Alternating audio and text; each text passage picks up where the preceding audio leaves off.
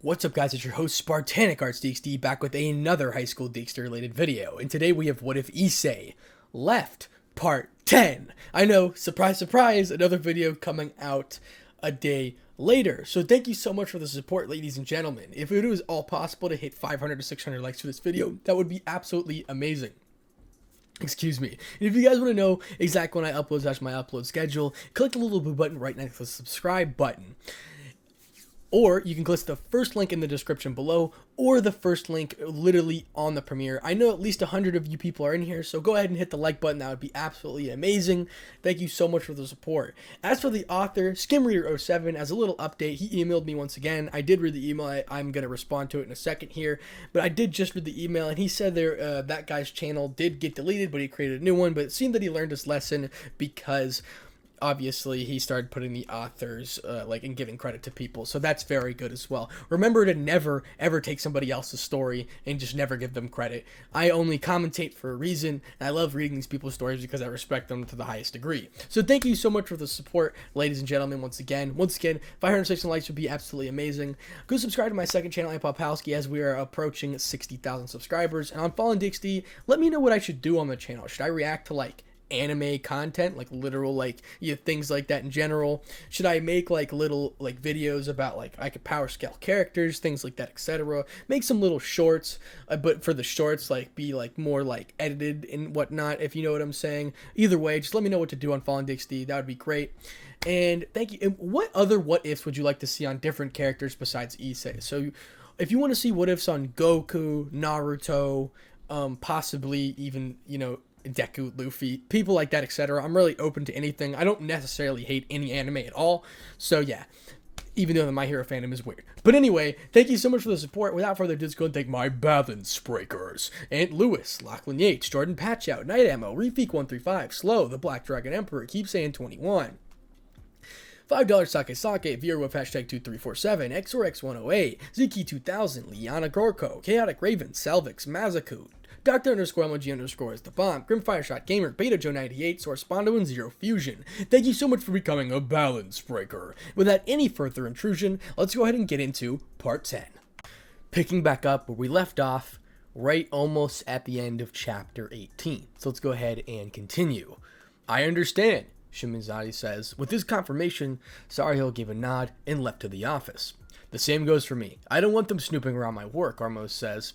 Yes, I'll be sure to keep them away, but remember, you'll have to act normal until a decision has been made by the rest of the factions, Shimizade said. Armos just huffed and stomped his way past the team/dog and out the office. Tobio-kun, let me accompany you. I'm going to need a drink, Barkiel says. You're always welcome, Barkiel, Tobio says. With a small smile as he led the Leviathan out of the office with the Koiki, carrying Natsumi and Barkiel following behind. He knew that he and Barkiel would have to speak with Shizaku about what Akano did. They knew that she cared about her cousin ever since her aunt Shuri was outcasted by the Hajime clan. Sasaki kept in touch. Even when Rias took in Akano as her queen, she remained in touch with Rias to see how Akano was doing. So they would have to explain the situation to prevent Shizaku from trying to contact Rias or Akano about the ordeal and raise their suspicions. I suppose I shall take my leave as well, Tamio said, seeing it was just him and Shamazi in the office now. Yes, continue on with your work, but don't forget to bring those guards, Shamazi said, reminding his subordinate. Ah, yes, I nearly forgot. I'll send them to your office right away, walking out of the office towards Azazel's laboratory, where the aforementioned guards had been stationed. Shizami sat down in his chair and closed his eyes, leaned back and exhaled. I wonder what you plan to do, Sir Zex. Opening his eyes and staring at the ceiling, waited for those guards to come. Now, next Monday, at Ko Academy. Three girls with cold looks in their eyes as they stared at the academy, but unlike other Mondays, this was different because they planned to expose the so-called Onisamas of the school and the rest of their friends that they were nothing but skanks and that shouldn't be trusted. The girls got to the entrance gate and were stopped by a person with silver white hair. What do you want? Hanaki-san, Kadase says. Her voice was cold, as she didn't want to be stopped. Kiichu would like to see you. Then looked at the other two with Kadase. All of you. In the student council, she was surprisingly calm, considering that she spent this past weekend crying her eyes out since she discovered her now ex-boyfriend was cheating on her with people that she thought that were allies. Okay, take us, Moriyama says, as she walked the girl into defiance as she wanted to know what the student council president wanted, but she had a feeling about what it would be about. Momo gave her a nod, and they all started walking in the direction of the student council office. When they arrived, they found Sona sitting at her desk with a usual serious look. What do you need, Sona-sama? With a frightened respect. She had now heard how Rias and Sona were childhood friends, and remembered that Sona was there when Issei went berserk last Friday. You don't need to pretend. I think you know why I called you three here, right? Taking off her glasses to clean them back before putting it on her face. The question would be, do you know what we have? Kadase says. Who knows, Sona says, but yes.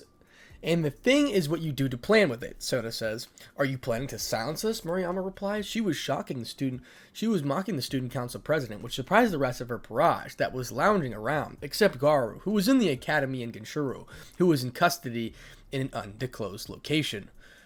Who do you think I am? A Yakuza? Sona says, with an arched elbow but an emotionless look. The three girls slightly flinched, but held their composure. What do you think? That you're scary with that look? Akiya says. I will admit, I am surprised. How did you not get scared? Sona said, curious about their mental capability to not be scared. We've been preparing since Saturday to face you and those bitches, Kadase says. Interesting. But you don't know the weight of that recording returning back to her usual serious tone, Sona says. Oh, we know, and if we show it, it'll expose your friends, and all of those they get what they deserve.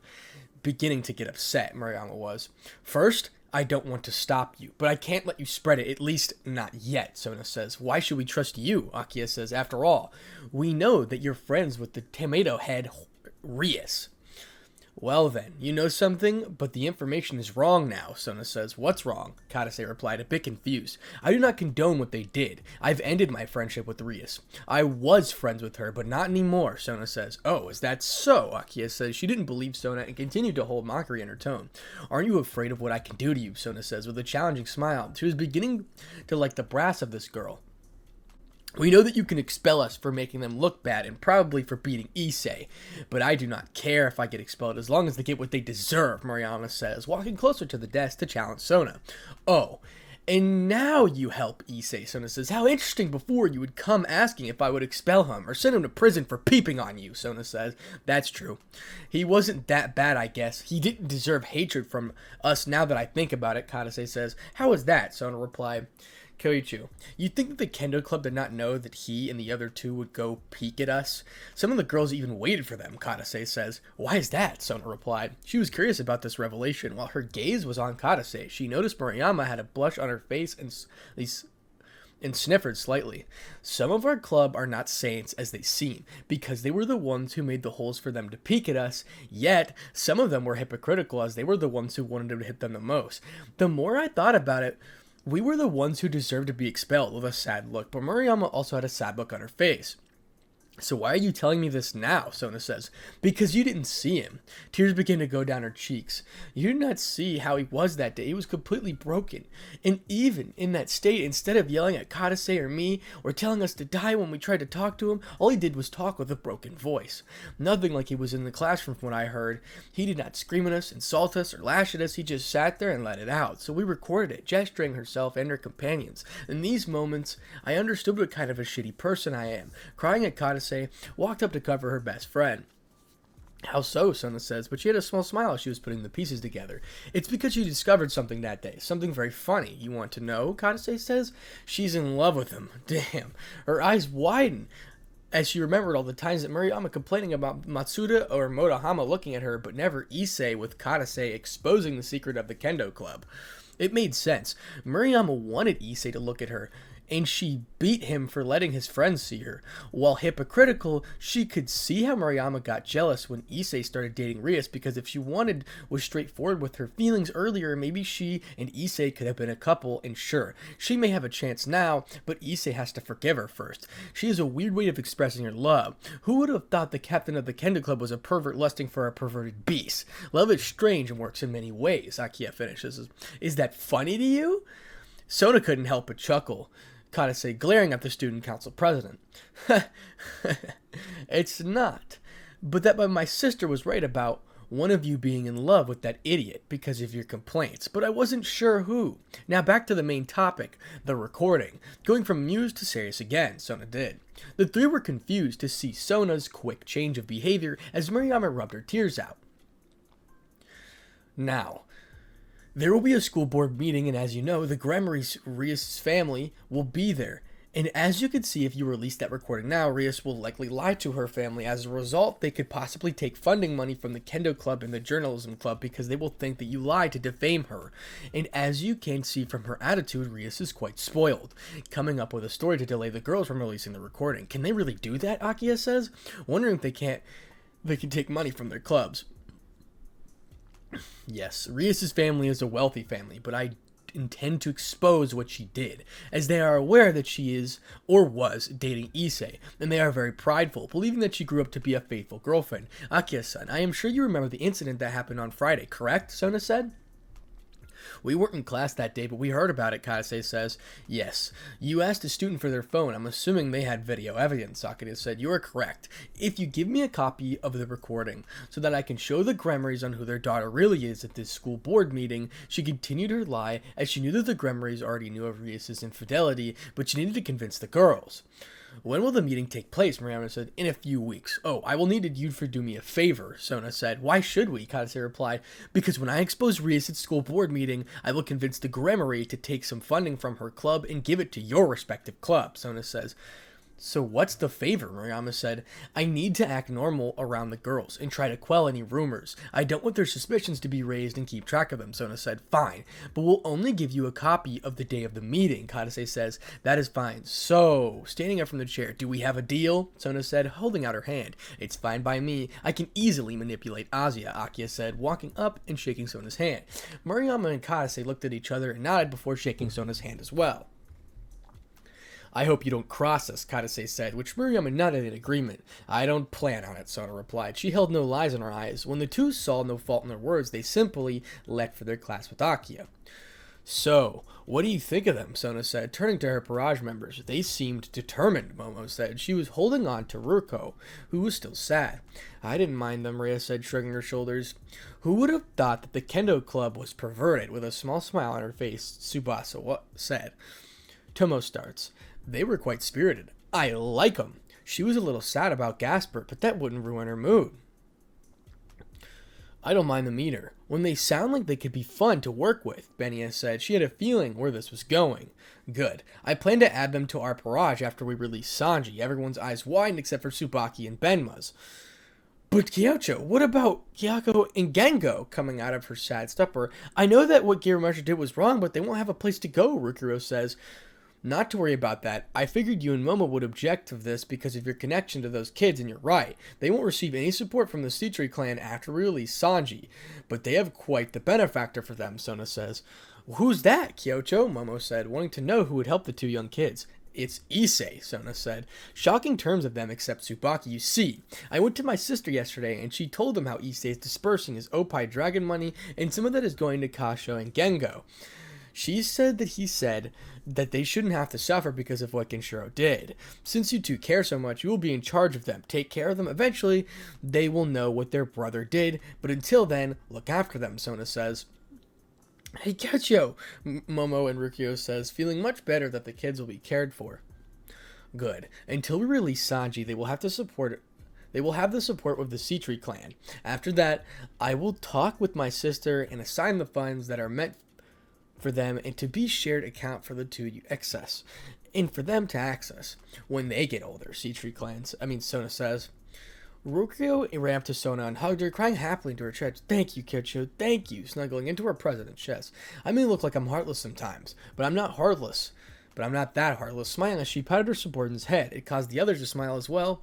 Now we got a job to do, until the meeting, so go be on the lookout. Get to class. They said, yes, of course. All of the Citrus Parage said at the same time, grabbing their school briefcases and going off to the class, feeling a little bit better going into this week. Now we're in the cave of Ddraig.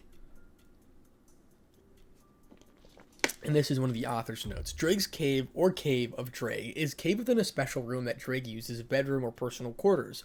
Beelzar's cave is the cave that holds both special and room, treasure room to it, and it leads to the outside world. So Draig's cave is a cave within a cave, if that makes sense. Now, picking back up. At the entrance of the cave, Issei sat in the front of the fire. He was studying. Despite burning his old school stuff, he still kept up with his studies. A week had passed since the ritual, but for Issei, it was 5 weeks. Thanks to that special space that Ddraig's cave was in, he had used the flowers from the ritual to illuminate the cave, giving it feel more homey. He then set out tracking the things, and that came out of the boosted gear, since due to the ritual it sent everything out, including the pulse of energy that boosted. The time and space where he was located before it was 3 times as fast as the outside world, but now it was 5 times as fast.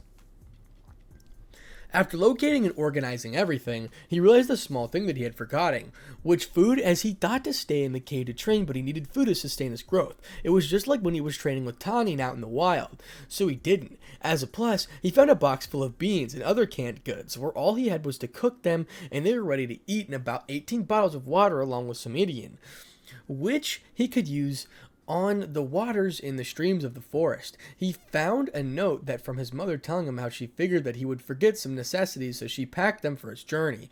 This way, Issei didn't have to leave the cave, since he had clothes, a few plates and spoons, about 10 knives that his mother had shrunk down and packed into a box that contained the conqueror's coat. So when they were released from his sacred gear, they grew a regular size again. He knew how to make a fire already so that he could cook the food that was provided for him, and he began to rationalize it so that he would not run out either.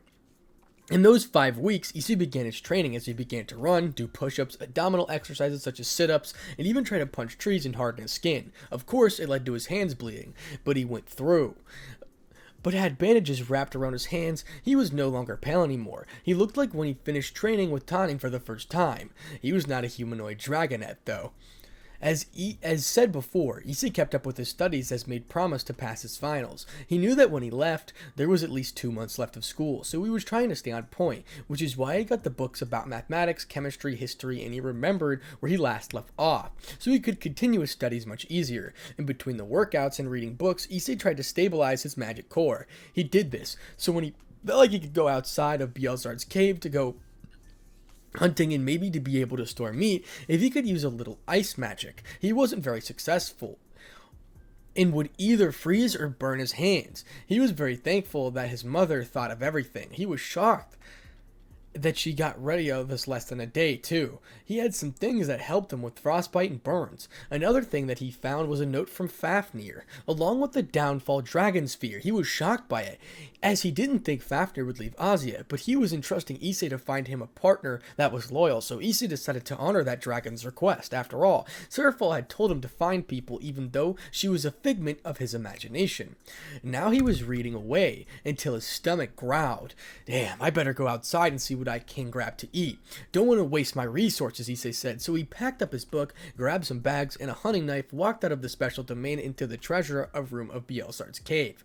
Man, it's been so long I've spent in this place, Issei says. As he walked, he saw a box that held the gloves. Those could help me, but I'm not strong enough yet, as he continued walking until he saw the black blade of Agnorite.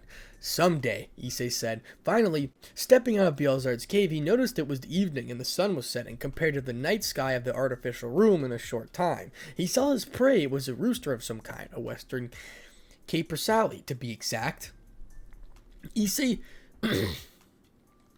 trailed carefully behind it and entered the forest, following the rooster. Unfortunately, he stopped on a twig. This alerted the rooster, causing it to run. Issei was surprised by its speed and tried running after it, but the hesitation was a mistake as he began to lose sight of it, until he couldn't find it anymore.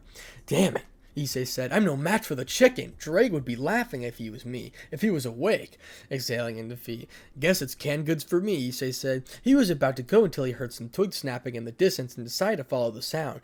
Curiosity got the better of him, but he was moving more carefully, getting his hunting knife at the ready as well. He heard a sound of a stream getting close, so he concluded that something might have come for a drink.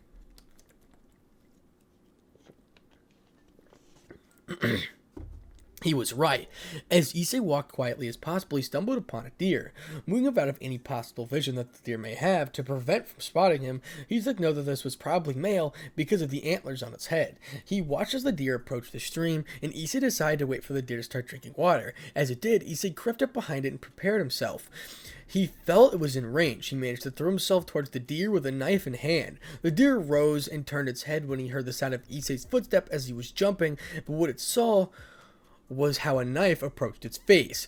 Issei wound up stabbing the deer in the eye since it raised its head, and Issei took advantage of its pain to wrestle it to the ground, kicking one of the legs and wrapping his free arm around its neck to keep the head steady. The deer was thrashing on the ground, tried turning its head towards Issei, hoping its antlers would do something. It nicked Issei on his left cheek, so Issei had to do something quickly. "Damn it," Issei says, pulling the knife out of the deer's eye and began stabbing the knife wildly into the deer, head and neck. It only caused the deer to thrash more, but Issei held, receiving a few more scratches from the answer. "Damn it, just die," Issei said, just repeatedly stabbing down into the deer as more blood slept onto those clothes, and finally, the deer became motionless. It definitely was not a clean kill by any means, but he did it. "I did it, I won," Issei says, taking deep breaths as he relished in his victory. Now to claim his reward. Taking the bags out of his pockets, he began to cut up the deer, skimming it to take the meat and store it into the bags. He was a little away from the cave, and it was getting dark, so he worked quickly. "This should do for now," Issei said, picking up 3 bags of meat and walking back to the cave to enjoy something new to eat. And that is the end of chapter 18. The repentance of the Valkyrie and the knight and doubts of an angel. This is basically a continuation of chapter 17. So let's go ahead and do this. After Shimzu talked with the guards that were stationed at Azazel's lab inside the lab, Rosvisa began to wake up. Her head was groggy and hurting, and then she felt her body. She was naked and covered in viscous liquid. And she tried to remember what happened. She felt for a stale, salty taste in her mouth as her breath smelled like what on her body. She was at the corner of a lab and quietly threw up. She shivered in disgust. She remembered going to the guard for upgrades her wand, which Azazel insisted that he work on it. She entrusted him, and when the upgrades were complete, Azazel insisted again that they celebrated. She wasn't good with alcohol, but she caved in under peer pressure of Azazel and Pyarmin. Next thing she knows, Pyarmin is kissing her, and then Azazel. No, Rosvisa says. Looking over, she saw Azazel and Pyarmin cuddle up and also naked. Pyarmin's body was covered like hers. Rosvisa's heart sank to her stomach as tears began to well up in her eyes. She used her vision as a demon to find her clothes in the dark and utilized a small water to spell to clean herself off. She was disgusted with herself. She betrayed Issei. She never got a chance to confess as he developed feelings for him when he promised to protect her from a lucid. But now her purity was taken away by another man, and she didn't have a chance to confess. She felt disgusted with herself. What would her grandmother think, or even Rias? She quietly made her way out of the lab, unsealing any alarms that Azazel may have placed. She got a glimpse of the bottle that Azazel insisted that they drink, and now that she could clearly see it without Azazel covering the bottle label, she could also see that it was red wine, and that it also acts as an astrophytic. She also noticed another bottle labeled Spanish Fly. She realized that Azazel must have mixed this with the wine or heighten her sexual desires and get her drunk. She wanted to cry as she could not believe someone she trusted would do something like this, and she didn't know why. As she exited, she heard a conversation by a couple of guards that were stationed outside the laboratory, carefully hid herself in the shadows not to be detected. "Can't believe the Red Dragon Emperor saw something like that. You think he hates all of us fallen angels now?" Guard 1 says. "Probably, I would. Can't believe Azazel would do that," the second guard said.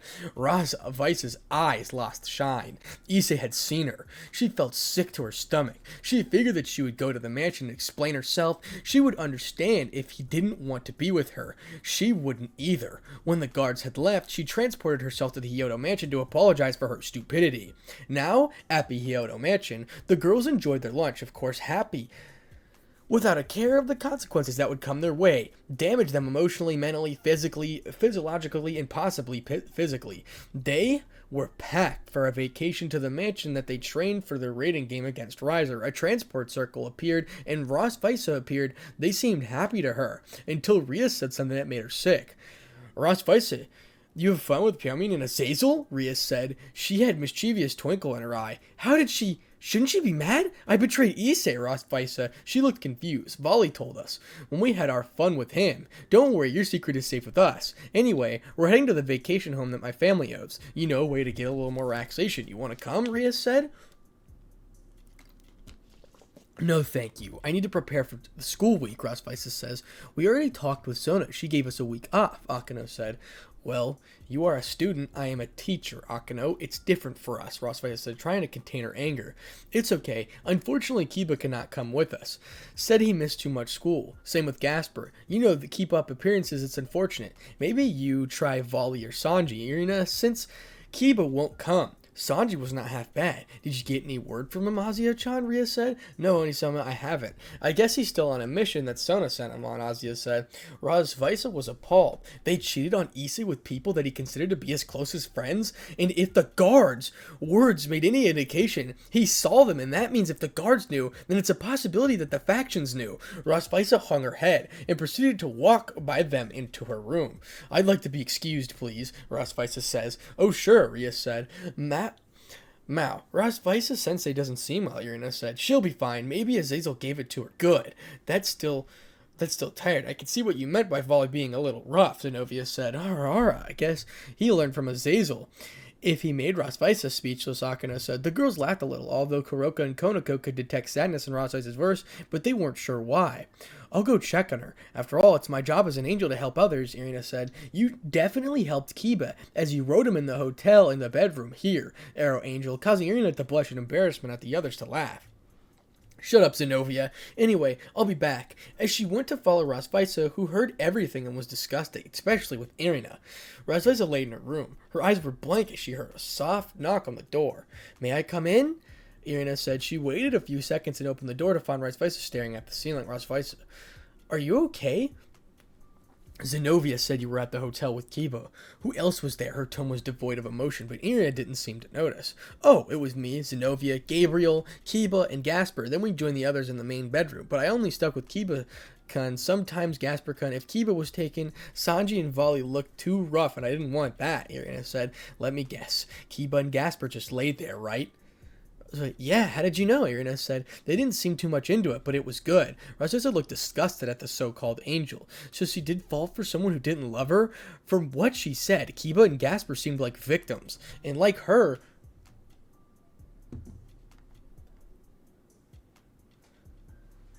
were probably riddled with guilt from what they did to their former friend. Didn't you say you wanted to be his guardian angel? Rosvaisa said. Her tone became cold. Huh? Irina replied. Do you think Kiba loves you? Irina said. We slept together. Doesn't that count? Irina replied. So you're saying Rias loves Volley and Sanji, two different men, because she slept with them? Rosvaisa says. No, I guess not, Irina replied. She was beginning to become a little uncomfortable. Do you really think you deserve those wings on your back and a halo after what you did? Rosvaisa said. What? Irina replied. You're a smart girl, or you should be. Tell me what caused you to sleep with Kiba, Rosvaisa said. Well, Zenovia talked to me about gaining new experiences like Rias told her, and then told me to talk to Gabriel-san about it. We heard about their experiences with Volley-kun and Sanji-kun, and so Zenovia suggested Kiba, which I guess Rias talked him and let us know that he and Gasper accepted. So we took him to a hotel just in case, Irina says. Just in case what? She sharply countered. Rosvaisa says, Irina didn't know how to answer that. You know what, Irina? You have fun on your trip. Tell the others I'm fine, but if I was ever your childhood friend, I'd wish I'd never met you. You can leave. Speaking so coldly as she turned her back towards the angel. When Rosvaisa said that, Irina wanted to cry. That line just really hurt. It made her wonder if listening to Zenovia was a wise decision. She looked up for her during their time at church, and Rias usually makes the right decisions. But that line made her sad, almost made her wish she didn't meet herself either, because she listened to the wrong people. In doing so, she also ruined Gabriel. Seeing as Rosvaisa didn't seem interested in talking to her anymore, she left the room. She sealed herself off to hide her sadness, figuring that it was some cryptic message from Rosvaisa to teach her, since she was a teacher and a teacher teaches their students. So, when she left, she felt a tear go down her face, just like last night.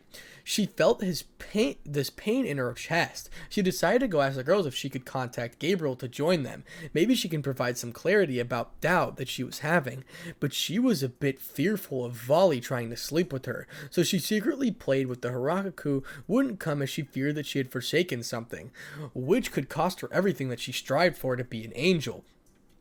Rosvisa made a mental note to talk to Kiba, but also needed to make sure that Rias did not follow her or keep track of her. She heard the girls leave and gave a sigh of relief.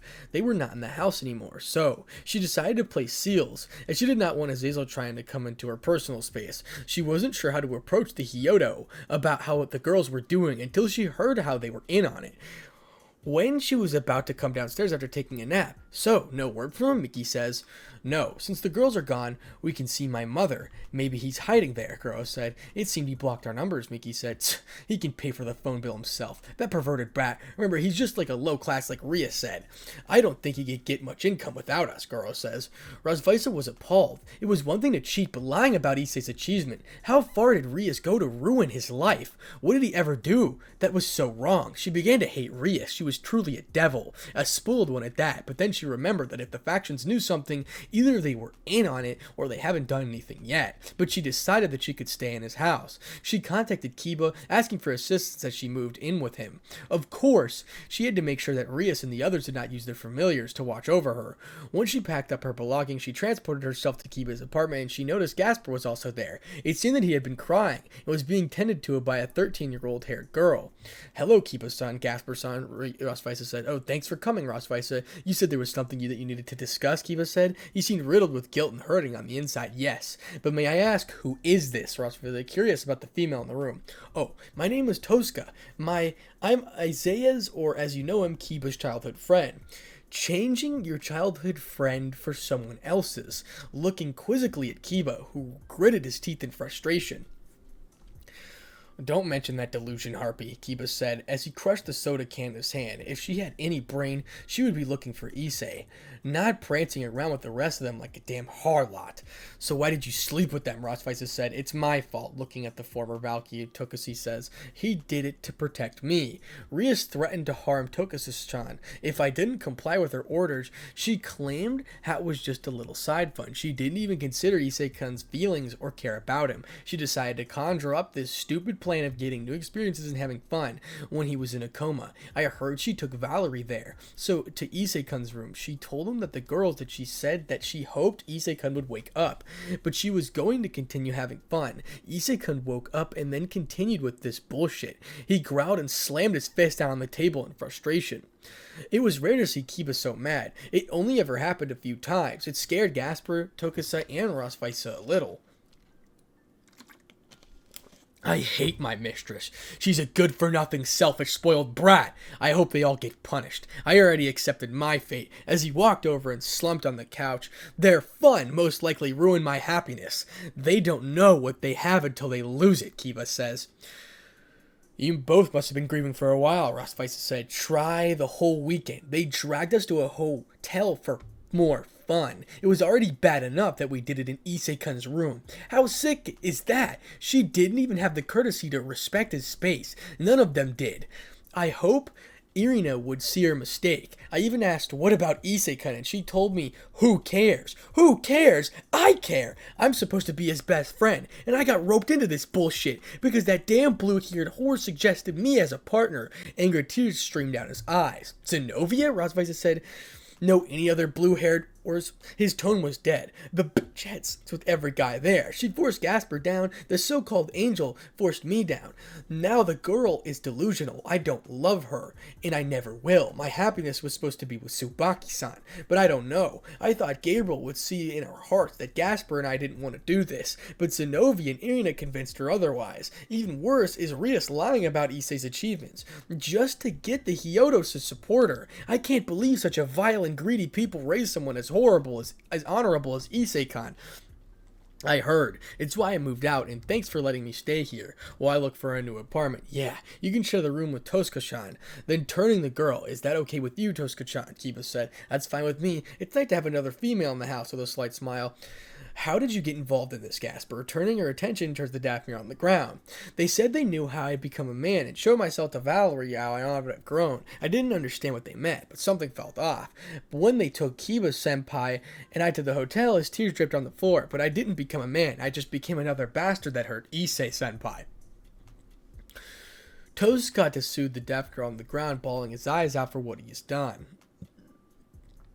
It seems we've all accepted fate. I unfortunately had slept with Azazel and Pyaumin. He had worked on upgrades to my wand and pressured me into celebrating with drinks. I should have just left, but then Pyaumin joined, and when I came, I was naked with his semen all over me. The other occupants were shocked by it because they knew Rosvisa gets when she drinks.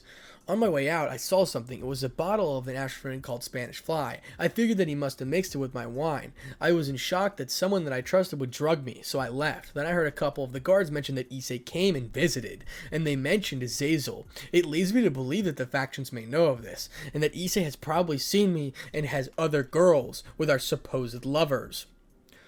Well, I want to disagree. It seems plausible, honestly. I don't know how Rias and the others couldn't see that Vali and Sanji only want them for their bodies, but it's not worth listening to me. As I heard them talking about it, they just wanted to get one up over Issei-kun. Vali cares for his fight with Issei-kun, and Sanji just wanted to look around. And he didn't care about his own two girlfriends and how they would feel. And before you ask, he was bragging about it to Vali, though I don't know the bastard cared. I guess we were surrounded by selfish people. The best thing we can do is lay low and wait for the factions to take action or not. I guess you're right. I'm going to bed, Kiba said, trudging himself to the guest room in the apartment. Good night. Good night, they all replied. I'll go as well, getting up from the ground. Good night. He followed Kiba to the guest room. Since he had moved in with Kiba, he could not stay in the ORC. Good night. With the two boys gone, Tokusa looked towards Rosvisa and asked her to do the same. Do you really accept your fate? Tokusa said, yes. We harmed a good man and strong warrior to possibly no extent, and he's the pillar of the faction. There's bound to be repercussions, Rosvisa said. I see. Tell me, how did you fall for Issei? Tokusa says, well, I didn't have romantic feelings for him at first. I guess he sort of grew on me. We were in a battle against Elusive Luffage. He's the younger brother of Grafia Elusive, who is Rias' brother, his sister-in-law.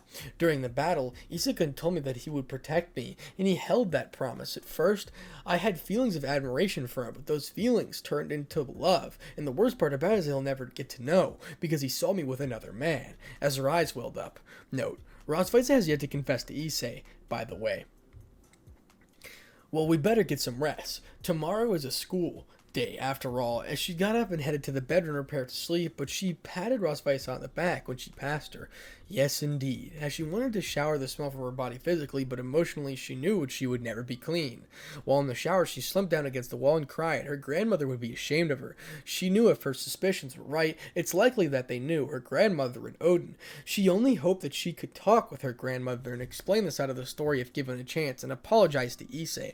For the time being, she could only focus on herself. She couldn't trust the other girls now, but she did hope that her words got through to Irina. She did not understand why they acted like Issei did not exist. Feeling her shower begin to turn cold. She knew that she needed to get out, and she washed enough time sitting on the floor. After getting out and drying herself, she changed into her sleepwear before joining Tokusa in the bed. As tears rolled down her eyes, her sobs alerted Tokusa that something was wrong, and Tokusa understood. She always had a bad feeling about Rias, and she could see why.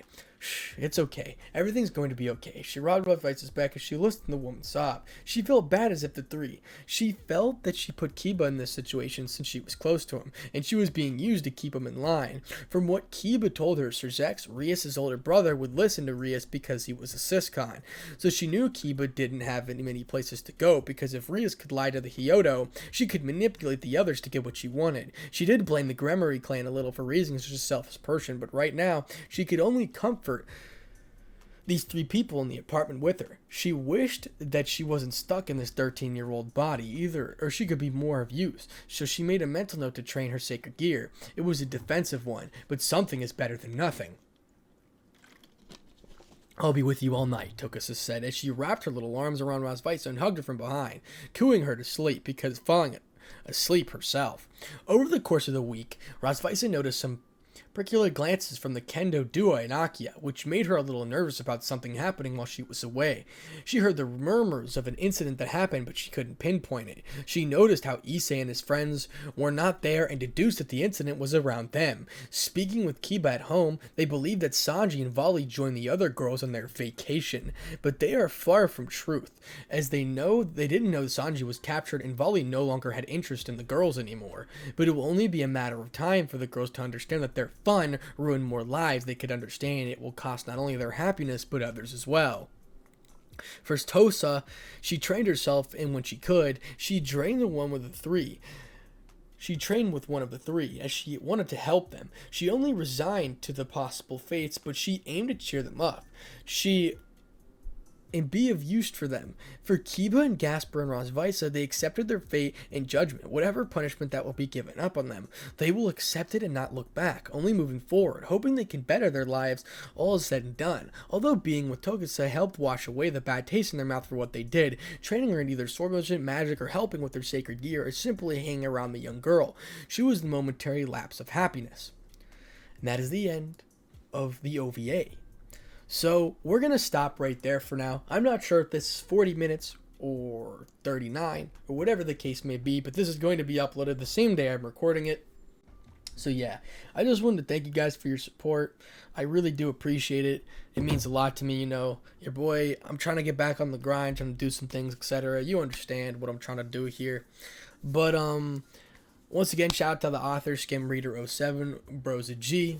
He said all that got fixed up and the person got their channel deleted, etc. So you get the point. So hopefully that cleared up. Learn your lesson. Never read somebody's story without giving them credit. That's just stupid. But yeah, thank you so much for the support. If you guys want to subscribe to my second channel, Pop House Crew, my second stand-up channel, Fallen DXD, let me know what to do on Fallen DXD. That would be absolutely amazing, because I'm not quite sure to do. I could do reactions, I could do short reactions, if you know what I'm saying. Like, things like that would be kind of fun for me. But yes, thank you so much for the support, ladies and gentlemen.